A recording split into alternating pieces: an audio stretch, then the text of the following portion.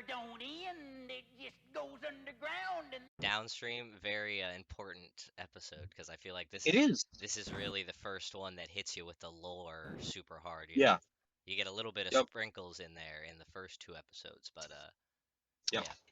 This episode it was written by Larry Niven, and Okay. directed by Dennis Steinmetz, as the Yep. previous ones were. But Yep. interesting story about the writing of this episode. It's the credit is given to Larry Niven, but it was kind of a half and half between him and David Gerald, because I heard in an interview that this episode was actually Gerald's idea. He gave the concept of the river that loops and the cave with the stranger that they meet. He gave all of those ideas to uh, Larry Niven to flesh it out, and Right. then he would give the final script back to David Gerald, who would make any final touches he thought would be necessary. Yeah. I remember a story from David, one of the episodes he was thinking about making, where there's like they go downstream and there's this huge cavern with giant pterosaurs in it. And I wouldn't be surprised if that was the inspiration. They just didn't do that for stop motion reasons. I have no evidence to back this up, but just piecing together little bits of information. That's what. Right. And yeah, another really cool thing that I heard from that same it was a panel interview with David Gerald, and another Yeah. really cool thing that he said about that episode was the fact that originally it wasn't supposed to be a Confederate soldier, it was supposed to be a 49er miner, you know, and Yeah. he was supposed to have a Winchester rifle instead of a cannon. Fascinating. But A cannon, yeah. but the NBC vice president stepped in and was like, "You can't have a gun on a kids show." And Right. David Gerald was like, "But there's like a moral to it because he tells them that they mustn't play with guns to the kids, you know." So there was supposed to be a moral That's to cool. it. But the That's NBC. actually. Yeah, I know. I don't see why it wouldn't have been allowed because it would have shown the kids not to mess with guns. Yeah, but so It's like a safety PSA. That's crazy that they would have not allowed that. yeah, to quote what David Gerald said, he said there was a moral to the episode, and the NBC vice president responded with, "There are no morals on NBC." And David Gerald was like, David Gerald said, "Can I get that in writing?"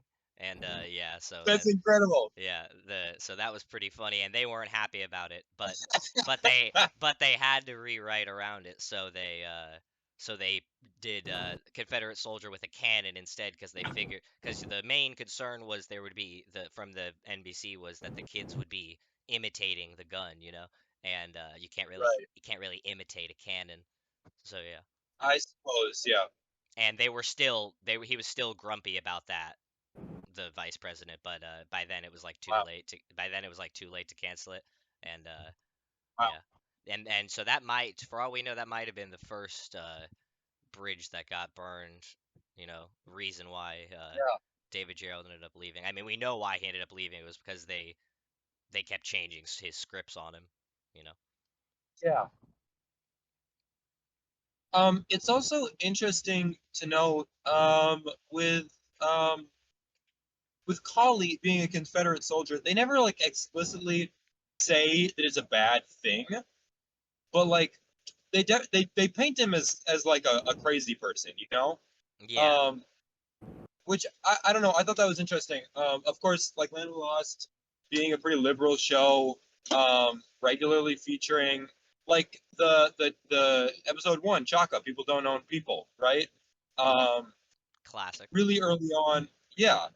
But they didn't take such a stance like that in this one. It's more implied. Yeah, I mean, they do kind of poke fun at him when they say, when they're like, do me a favor and don't tell him who won.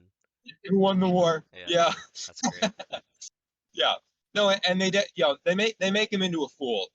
They make talking about they already say they kind of established that he could be crazy from eating mushrooms, and then they're like, oh no, he just was crazy.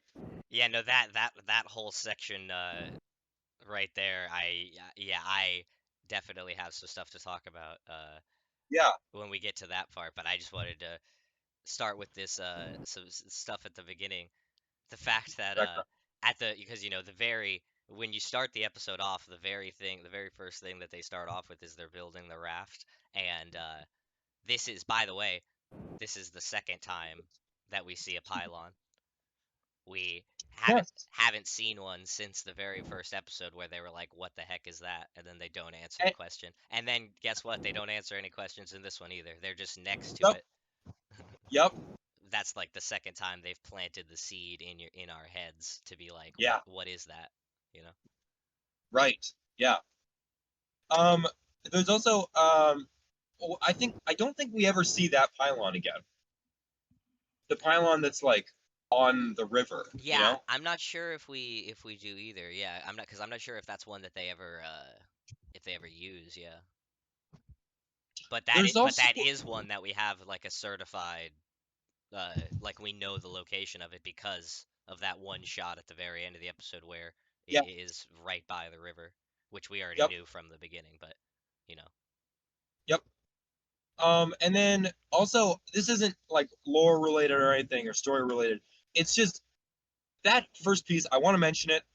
The dialogue in the beginning of the episode is so weird That's and janky. I was gonna point out the same thing because Rick doesn't answer her question.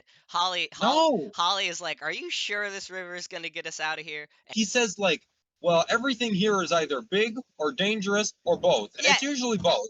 So So so let's get out of here. Yeah, you're right. Yeah. that does what? I thought the exact same thing. I was like, I literally, I wrote in my notes, Rick does not answer her question. Little goof, I guess you could call it, is the fact that you can see under the pylon a little bit Wow. in that scene. Like they're supposed to be flat on the floor, but you Yep. in that particular scene where they're building the raft, you can tell that you can see there's probably a couple inches underneath it. I hadn't noticed that. Yeah, That's neat. I've had a lot of these little goofs pointed out to me from the Facebook page because oftentimes the admins of that group will post little goofs in the background that you didn't notice. Like uh, Yeah. another one that I had never noticed before that's really funny is in Hurricane when they initially go to get Beauregard Jackson out of the tree. Yes. They're like, "Well, we better get you down from there." And he'd like, "Yeah, I'd like that very much." And then they walk up to him. They walk up to him and they're not aligned, like the blue screen isn't aligned correctly. So in the final scene of that shot, it looks like they're standing on top of a fern plant. Whoa! Like I didn't even notice that. they're That's like hilarious. I know you're gonna if you rewatch Hurricane, I'll put the clip on screen right here while I'm talking about it. But if you rewatch Hurricane, you're gonna be like mind blown. I can't believe I never saw it either. It's probably because most of the time when you're watching that scene, you're like looking at Bo in the tree, you know. But Right. Right. yeah, it's so obvious. They're like 3 feet above the ground. So then they go onto the river, and it's really funny the part where Holly is like, "Goodbye, Grumpy." And then they're like, "Goodbye, Grumpy." Yeah. That was great. But if you listen closely, right before this is another thing I hadn't noticed until I was rewatching this episode. If you listen closely after that, like as Will is trying to paddle away frantically, you can hear Holly say, "What did I do wrong?" And this was something that was pointed out to me on Pop Apostle, the fact that there's a shot where Grumpy is standing right next to Dopey. I was just gonna say. Why doesn't he just eat Dopey? I know. I guess he just really he has beef with the Marshals. It's personal now. Yeah. Yep. But yeah, that's funny. There's all this like landscape that we see behind them when they're paddling. Yes. Which implies actually because it's like these very like unusual landscapes to what we've seen. It implies that there's a lot more of Land of the Lost than we've seen. When you think about it, the only part of the river they ever go to in the entire show is the swamp. The Yeah. the marsh area. So that except for Downstream. So maybe Right. all of that, maybe they just never go after Downstream. They just never go that way that the river is. But we also know that the Downstream river is at the bottom of the crevasse Yeah. because of that episode where Yep. they're hiding in the crevasse, and Will is like, well, we could stay here, we could jump into the river, or we could climb back up. Right. And I think that coinciding with the one shot of where they're in the river and they're very clearly in a canyon, I think in my head Yeah. it's always been the river goes through the bottom of the crevasse. This also has one of the first really serious moment. Well, it's the second one because there's the "we're never gonna get home, are we?" That was like the first really gave me chills moment in the show. And this one is the second one when Rick is going to fall off of the river and he's like, "Go," like it just goes from being they're just on the boat ride to being very serious like very quickly. And Right. Spencer Milligan is just a great actor. And another thing is I'm not sure that the physics would work like that. If you think about yourself standing on top of a raft on a river that's flowing very fast, and you take something Yes. and jam yourself into the wall with it, would the raft not just move from under your feet? Like unless Right. unless you were standing at like an angle and like using all of your force to push backwards, I'm pretty sure he wouldn't be able to just stand there like that. But creative liberties. Right. Right. No, That I agree with that. That would be a fun thing to test out, to like have an actual stick made of bamboo and be on a river and see if you could make yourself stand up, that would be Yes. fun. Will insinuates when they're going through the cave that they could like drown. These caves look water carved. Yeah. So that's like he was telling his dad, and then Rick is like, "Come on, let's go." So like that's a thing that might go over children's heads, the fact that there's a threat of drowning there because those caves are water carved. Clearly, the caves connect directly to the Lost City, as well. Yeah, Um, I so for sure. I'm convinced if they would have explored the caves for long enough, they would have ended up in the Lost City. I'm certain. The Sleestaks ended up there somehow. So Right, exactly. Can't be too far off. Jefferson Davis Colley III, yes, played by my boy Walker Edmiston. Walker Edmiston. What a diverse voice actor. Legend of a man, yeah. And this is something I gotta tell you guys. I haven't told you guys yet. I'm basically going through his IMDb page and taking a clip from everything he's ever been in and putting it Wow. putting it together to make a tribute to Wow. Walker Edmiston. And yeah, so naturally it's gonna be a very long thing. Uh, his first credit is in 1947 and his last credit is in 2006, which is Wow. just Dang. just under 60 years of things, yeah. And so That's incredible. I'm currently in 1971. I just got to Willy Wonka and the Chocolate Factory because he does the voice of Slugworth because they dubbed over the actor who played Did Slugworth's voice and replaced it with his voice for some indeed he reason, did. which is very weird. But now that I know that, it's like now whenever I watch Willy Wonka, I'm hearing Enik. Yeah. I have a note here saying there's a lot of Rick genius moments when he's talking about the crystals. Yeah, for sure. There's a lot of moments, yeah, especially in this episode. I have two of them listed. One where he says, maybe it powers the time portal we fell through. He just says that out of nowhere. Right. And then at the end when he says, it must be a closed universe. Or, he just realizes that instantly. Right. And he totally gets it all on the nose. And he gets it right, too. Yeah, because he's proved correct 2 episodes later when they meet Enik. Yeah, the trailer that I sent. Yeah, Yes. yeah. That I only found that because of my Walker tribute that I'm making. Yeah, because Yeah. that's a thing Wow. called the Saturday Morning Preview Review, where they went over, they did little things talking about all the new Saturday morning shows that were about to premiere the next day, because That's because incredible. that thing aired the Friday before the very first Saturday where Chaka aired for the very first time. Wow. So yeah, very incredibly historic. The idea for the name Jefferson Davis Cawley III was it was named by David Gerald after a guy that his sister dated, and uh the guy that his sister dated was an actual descendant of Jefferson Davis, who was the president of the Confederate States of America. So Wow. that's just an interesting backstory, that David Gerald's sister dated someone who was 3 generations disconnected from the guy who was the president of the Confederate States. Fascinating.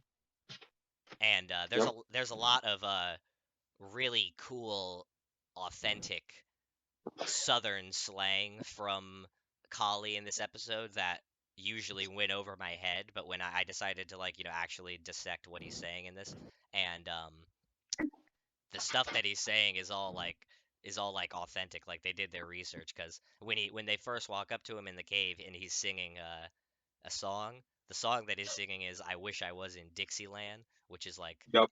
basically a theme song of the Confederacy. And then Yep. when he invites him down, which is hilarious, because he threatens them with a cannon, and then he's like, "Ah, well, come here. I don't want to be impolite." So he like switches really funny, which is hilarious. But then he asks them to set a spell, and asking someone to set a spell Uh-huh. doesn't really make any sense to me, but apparently it's a Southern slang way of saying have a seat. And then he blows out his match, and then he and then he Mm-hmm. and then he lights another one immediately. Mm-hmm. I'm like, bro. Here's a great one. When they first meet him, he's like, "Are you Union or are you Confederate?" And we're from California. So that, California, the state says I. yeah. But so that means, so now we like know where they're from. We know that Rick grew up in Indianapolis, That's but the first time we established that. Yeah.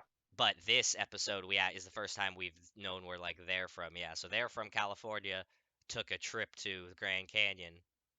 All of this happened. Yep. I want to talk about how the Marshals don't believe initially that Collie is from the Civil War, which I always think is bizarre because Yeah, they've already seen dinosaurs. yeah. Will already had a little disambiguation about how in episode 3, about how, well, Dad thinks it's because this is a closed universe and things from all of time and space end up here. He literally says that in the very previous episode. So if things of all of time and space end up here, why are they doubting how long that he's been there? Yeah, because based off of the dialogue that they say, Rick seems to think that he's crazy, because Rick says he thinks he's been here since the time of the Civil War, and he puts the emphasis on the word thinks. Like he Right. thinks he's been there since the time of the Civil War, meaning Rick doesn't believe him. Right. The fish that Collie prepares looks, Never seen again. yeah, never seen again, but it looks to me like a coelacanth, Oh yeah, true. which could be a reference to, of course, coelacanths being living fossils, right? Being a prehistoric fish, which is, I think, is a pretty cool reference. True. I never thought of it like that. Yeah, but I could definitely see the resemblance there. Yeah. It's not a perfect model, but back in the 70s, it looked pretty good, I'm sure. Yeah, I find it interesting that they used a big weird fish in that scene, but then they don't use a big weird fish when uh they're fishing, in a nice day. Yeah. But maybe it's because they wanted to use a live fish for that scene, because that's definitely like a real fish in that scene that they use, and it makes it a little more authentic. Collie says that we've never been defeated. That's just what the Yankees want us to think. So that would lead me to believe that it's post Civil War. He's from right after the Civil War ended, and specifically from the Reconstruction era. because Right. the Reconstruction era of history was when the South didn't believe that they had lost, and there was, it was not a smooth transition after the Union won the war. Right. And so yeah, I think that pinpoints what time Kali is specifically from at the time of falling into the time portal to Yeah. immediately after the Civil War. It made me laugh in this one is when they're first forced to work, they're first forced to mine crystals. Why is Will like, Dad, I want to go home. You know how long it's been since I've seen a TV? Mhm. Like, why are you thinking about that? Like, you're being forced to do physical labor against your will. Why are you thinking about TV in a time like this? And Yeah. Rick's response is so dad, such a dad response. He's like, "Well, it doesn't seem to have hurt you any." Yeah. Yeah. Dialogue is again, another example of very janky dialogue. Like Not exactly. they've been there for weeks at this point. We can assume. I mean, they built a raft. Like, it's like, why are you just now thinking about TV? He calls Sleestaks. The big insects. Right, yeah, Um, that is a funny line, yeah. I don't know. I don't know if I necessarily believe Rick that they are big insects, because to me they always struck me as I don't know, like reptilian, So I think that was just because this is also relatively early, this is only the second time they've ever encountered Sleestak. So Right. I could It's a I basic. I could see why you might think that they're big insects Yeah. Yeah. just off of only seeing them a couple of times. I guess my bigger gripe is with the fact that they taste like lobster. Um. The thing that makes Rick say the big insects is when Holly brings him this Sleestak skull that she finds. But if you found like remains on the ground, would you like pick them up? Like, I don't know. If I was especially if I'm a little girl, I feel like I'd be like, ew. You know, You're I gonna pick the normal skull? Yeah, and she knows what it is. Like she knows it's a Sleestak skull. Yeah, so I would find that scene a little funny that Holly had no reservations about touching a skull. You know. Right. And in that same scene, there's an arrow that Yeah, misses her. that's what I was about to say. Yeah, I was like, the arrow like flies in. I was like, did she get shot at? Like, if she gets shot at right there, why is it another like 3 minutes until the Sleestak show up? Yeah. Were they like, did they fire one shot at her and then she like moved and then they like decided to do some reconnaissance while like they were spying on them for the next couple minutes before they did their attack and Collie shot him with the cannon? Yeah, it's very interesting. Yeah, because when I saw that arrow fly in and I was like, that's weird because the Sleestak attack doesn't happen for a little bit. So the fact that he's eating them, he's like because Rick is like, "Do you know what this is?" And he's like, "Well, yeah. First year I was here, shot 3 of them." So that's that means he's been there for at least 1 year. We know that. Mm-hmm. Probably longer because it seems like he's relatively established. I mean, he knows the way to get to the river to get water. He says, the next one you see might shoot back. They have crossbows, and they think we taste too. We've never seen a Sleestak person. Yeah, I wrote that too. I read that there's no evidence that Sleestak are interested in eating them. We have evidence that they're interested in feeding you to their thing in the pit, but Yep. if they wanted to eat Will and Holly, they could have done that. As far as we know, I believe Sleestaks are no. They eat moths. They eat I was going to say insectivorous, but then it occurred to me, pig. Yeah, that's what I was about to say. Also, yeah. Yep. Okay. So they're just general meat eaters, it seems, but they definitely prefer the insects. They would have eaten Rick.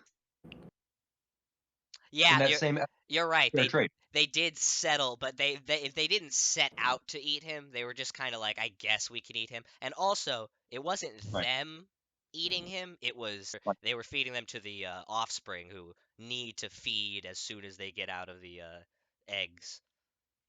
Still, So right. maybe they're not as picky for what the youngins eat as for what they eat, type thing. Perhaps. This is also the first episode where we get any information on the crystals and what combinations do what. Yes. And as Kali tells us, blue ones ain't no good. They'll make you sick. And red plus green equals light. Red plus Yep. green plus yellow equals blinding light.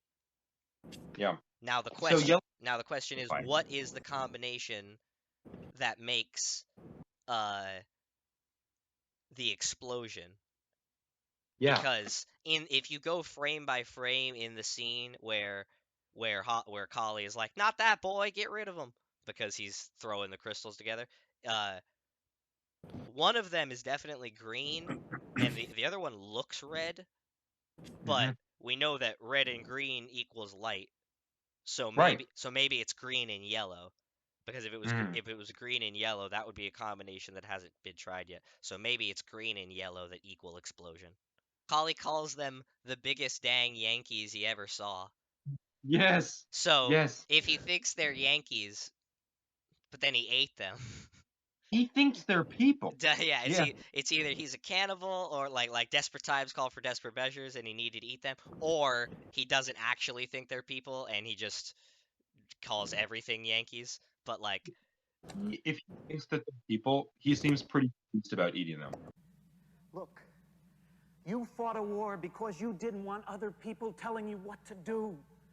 Well, we don't want you telling us what to do either. it's smart of Rick to use that to try to get into his head, because To make like you know, he knows that is like probably the only thing that Kali feels passionately about. So right. he tries to appeal to that nature by saying, look, you didn't want people telling you what to do. We don't want you telling us what to do. Another example of Rick being smart, because obviously he doesn't agree with what Kali believes, because we know that from the very first episode.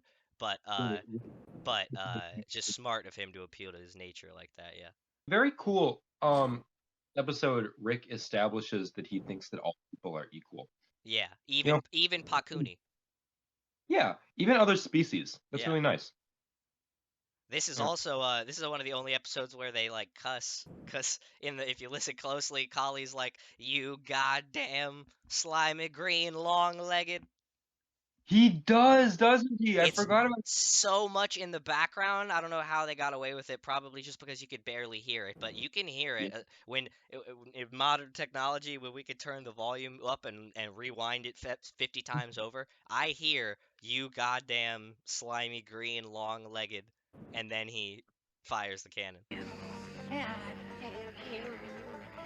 Slimy green long-legged. Another historically accurate thing that is said is he's like, Kali says, I need to filter the saltpeter.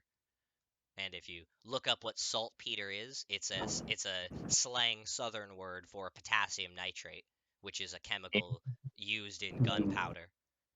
As for the question of how he has that or where he gets that from, I don't know. Maybe he had some supply of that with him when he fell into the time doorway, but yeah, it's interesting that he says that. As Rick says in a future episode, the Sleestack are very bad shots, as is demonstrated at the end of this episode. They have like a clear line of fire at them for like 10 seconds while they're trying to climb in the river, and all of their shots are just so bad. They're like stormtroopers.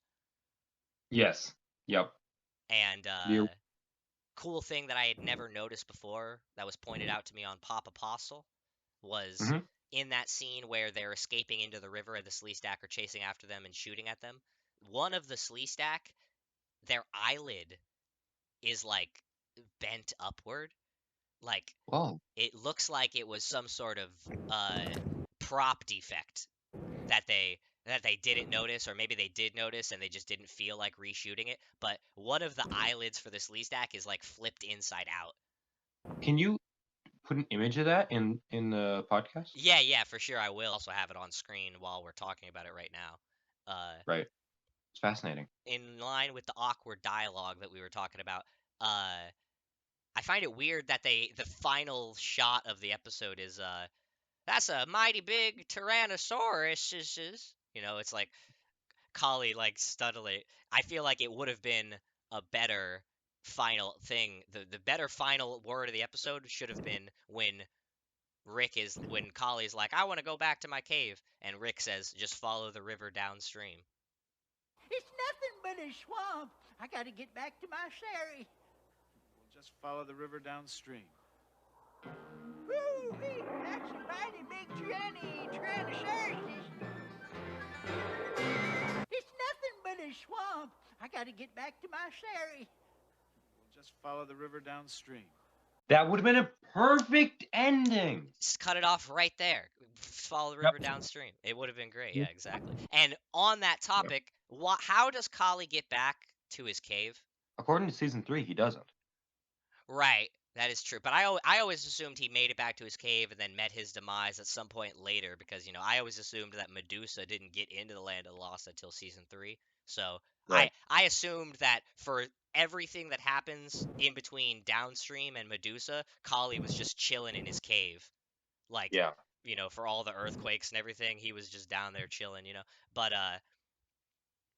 how would he get back to his cave? Because like the only way to Rick says just follow the river downstream, but like we know he can't swim because he said he can't swim, and they had to help him swim, and it's not like he has his own raft, so like unless he knows a way to get there through the ground cave systems without the river, which he doesn't because he asked Rick, you know, so that's just an interesting thing of how did he get back. And then I find it interesting that we never see him again, you know. It's like I would have liked to if maybe they drop by, or maybe when they're exploring the caves in one episode they bump into him, you know, like just to let you know that he's there, because the fact that he's never seen again, but it is insinuated that he lives in the caves for the rest of the seasons up until Medusa, that is, where it is insinuated that he got turned into stone, even though that statue looks nothing like him. Right. But you know, good talk to you guys. Next episode we got tag team. Much lore, but still a pretty good episode. I got some behind the scenes stuff to talk about for that one, so should be a good time. But all right, hope you guys have a good one. Yeah, both of you too. See you.